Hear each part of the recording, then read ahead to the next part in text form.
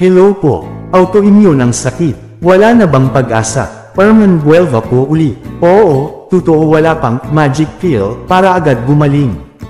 Pero hindi ibig sabihin wala ka nang magagawa.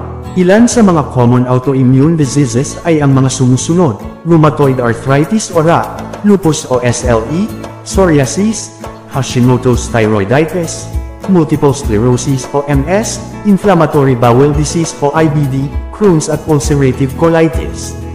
Marami sa mga ito ang lumalala dahil sa chronic inflammation na pinapalala ng maling pagkain.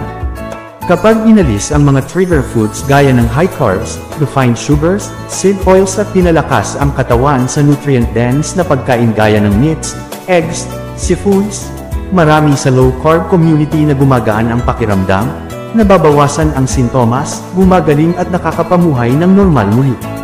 Hindi na natin agad matanggal ang kondisyon, pwede nating bawasan ang epekto ng inflammation at ibalik ang quality ng buhay.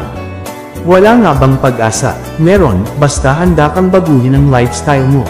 Sa tamang pagkain at disiplina, mas marami pang magagawa kaysa sa iniisip mong paraan, kahit ng doktor mo. Ingat po palagi. God bless po.